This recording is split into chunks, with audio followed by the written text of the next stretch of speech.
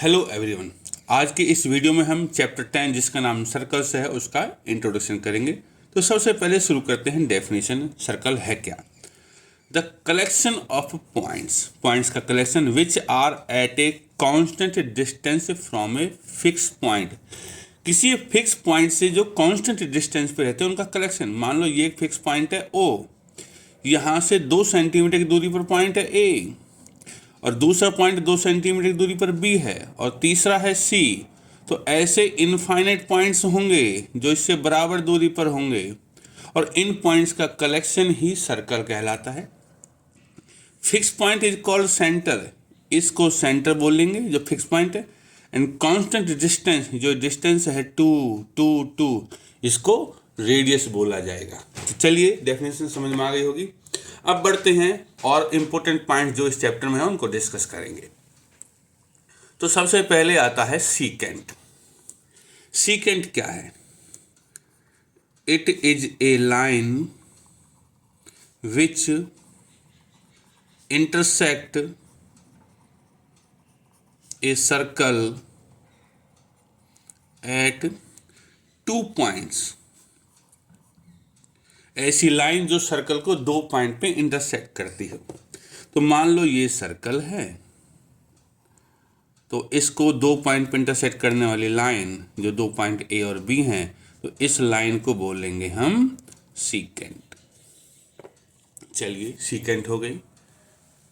Next आता है tangent. It is a line which intersect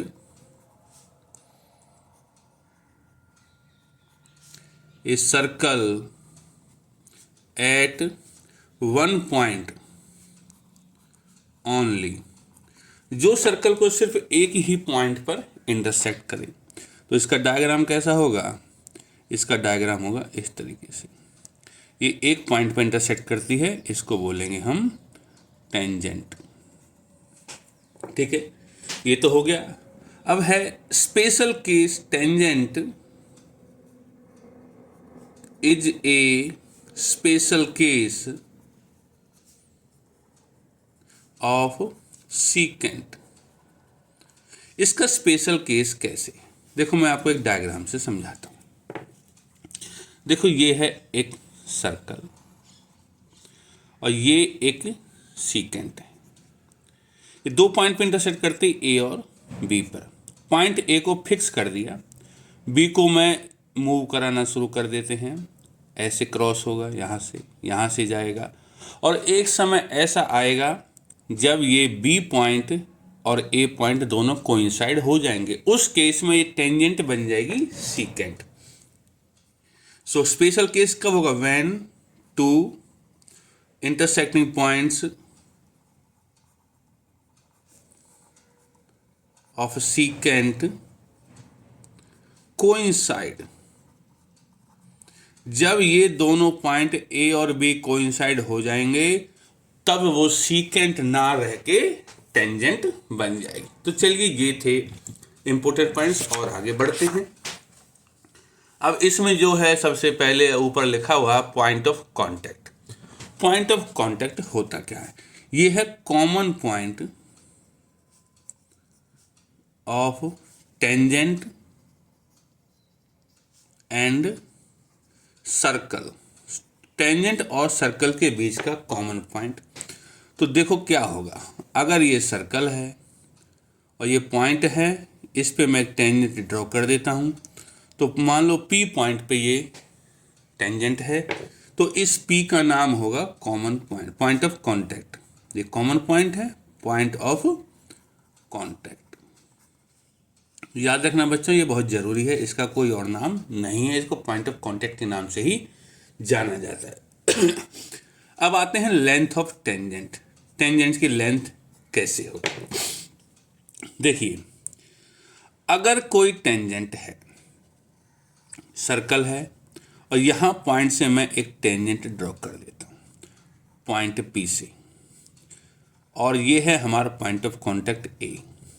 तो एक्सटर्नल पॉइंट जिससे टेंजेंट ड्रॉ करते हैं और जहाँ पॉइंट ऑफ कांटेक्ट है, इस दूरी को ही हम लेंथ ऑफ टेंजेंट कहते हैं। ठीक है, तो लेंथ ऑफ टेंजेंट क्या होगी, फ्रॉम एन एक्सटर्नल पॉइंट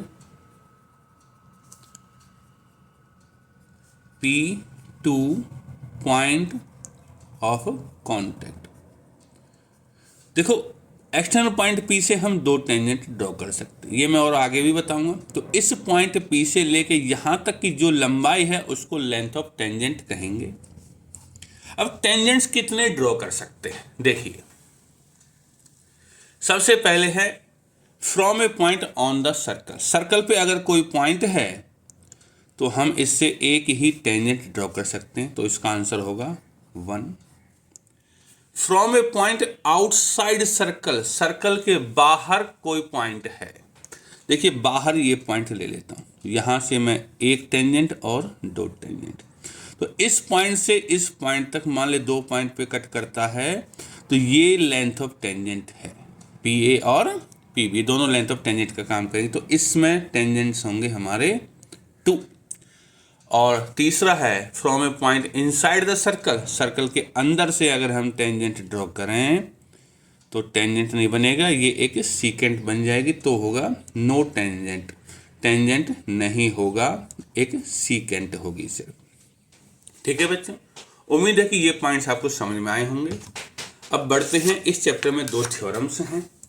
तो पहले हम 10 थ्योरम नंबर 10.1, इसमें लिखा है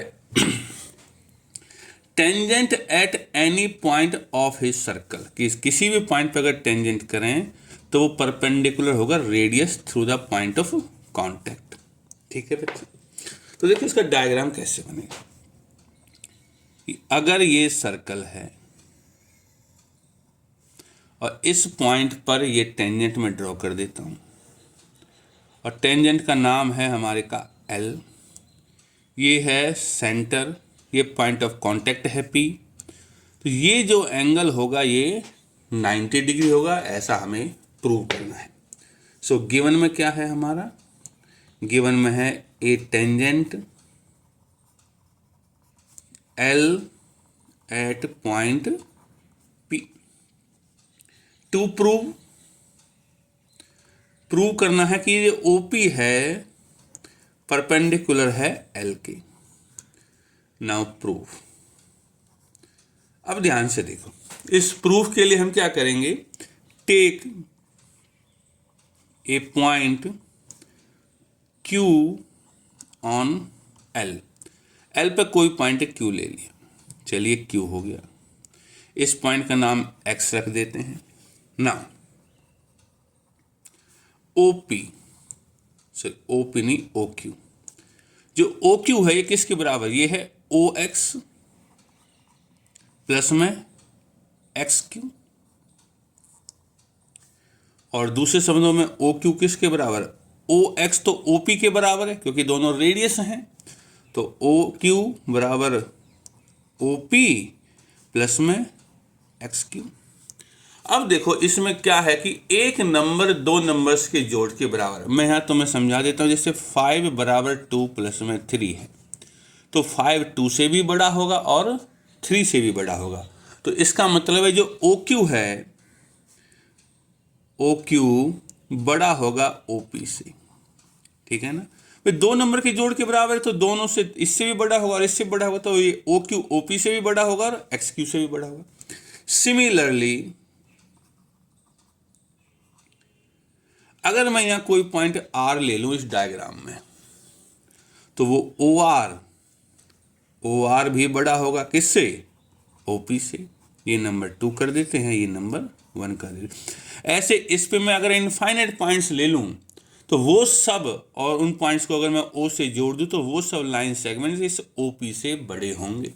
तो हम क्या ले सकते हैं, of all line segments joining O to any point on L, OP is shortest, OP सबसे छोटा है, यूजिंग 1 and 2, इन दोनों का यूज हो गया, 1 का 2 का, क्योंकि हमने 2 करके दिखा दिए, पॉइंट्स इनफाइनाइट ले सकते हैं। शॉर्टेस्ट है and we know that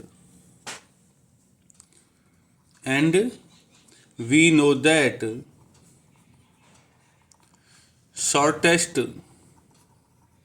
distance is always perpendicular, therefore OP perpendicular है L, hence proved।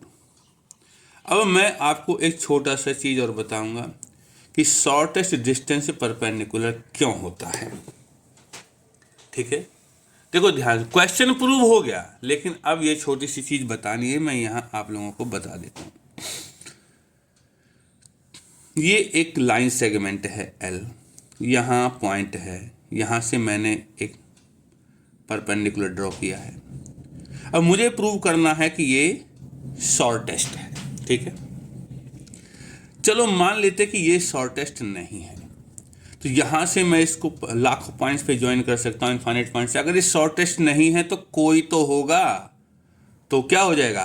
अगर मैं मानता हूँ कि OP is not shortest, therefore कोई तो शॉर्टेस्ट होगा, तो मैंने देयरफॉर OQ क्या है? OQ is shortest, OQ shortest होगा।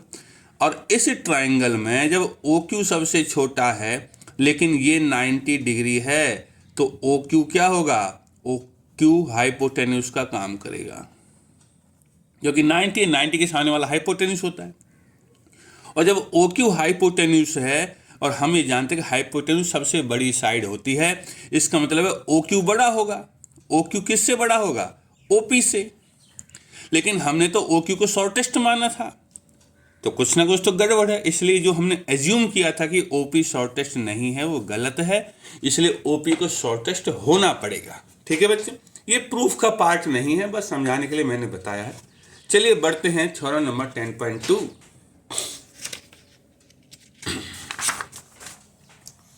इसमें क्या लिखा है?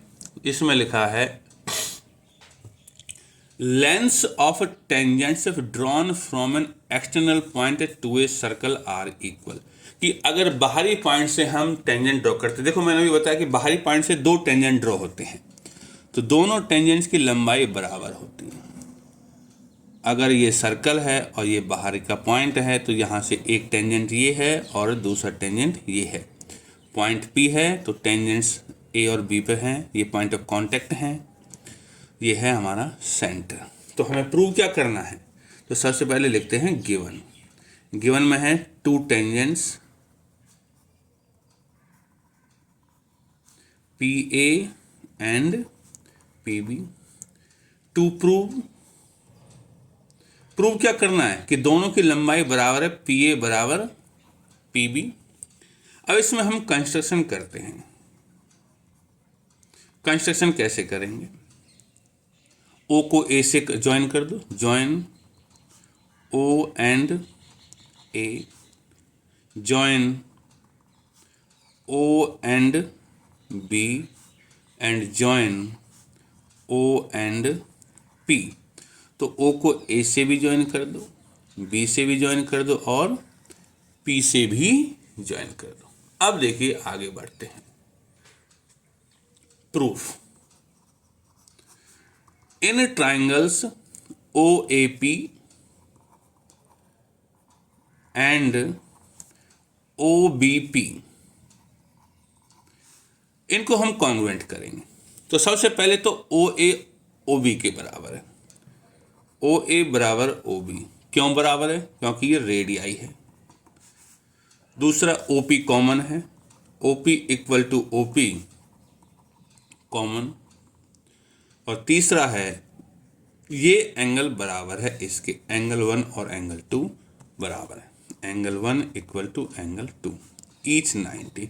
अब क्यों है 90? क्योंकि इससे जस्ट पहले वाली थ्योरम की थी कि टेंजेंट और रेडियस के बीच का एंगल 90 होता है। तो थ्योरम 10.1। तो देखो अब क्या हो गया, ये 90 डिग्री है तो इसको R लिख सकते हैं। R के सामने वाली साइड को हाइपोटेन्यूस बोले तो R के सामने वाली साइड OP हाइपोटेन्यूस है, तो OP हाइपोटेन्यूस है। और OA साइड है तो RHS बन गया। ठीक है,